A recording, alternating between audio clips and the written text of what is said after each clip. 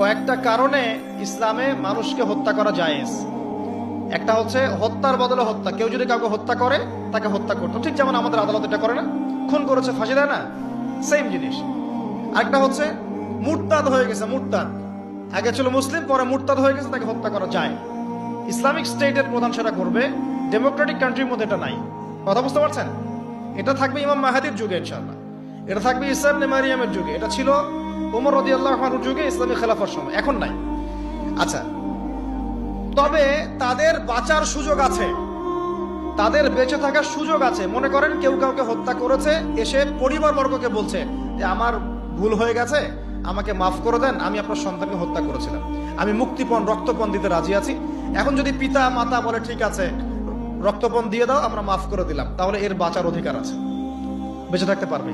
বুঝতে পারছি আমি? অপশন আছে।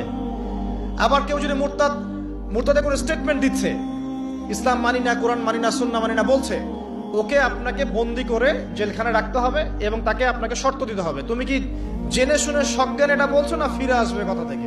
সে যদি বলে আমি আমার কথা থেকে ফিরে আসলাম, আমি আসলে এগুলো বলেছিলাম, এখন ফিরে আসলাম, আমি তওবা করলাম, তার বেঁচে থাকার অধিকার আছে।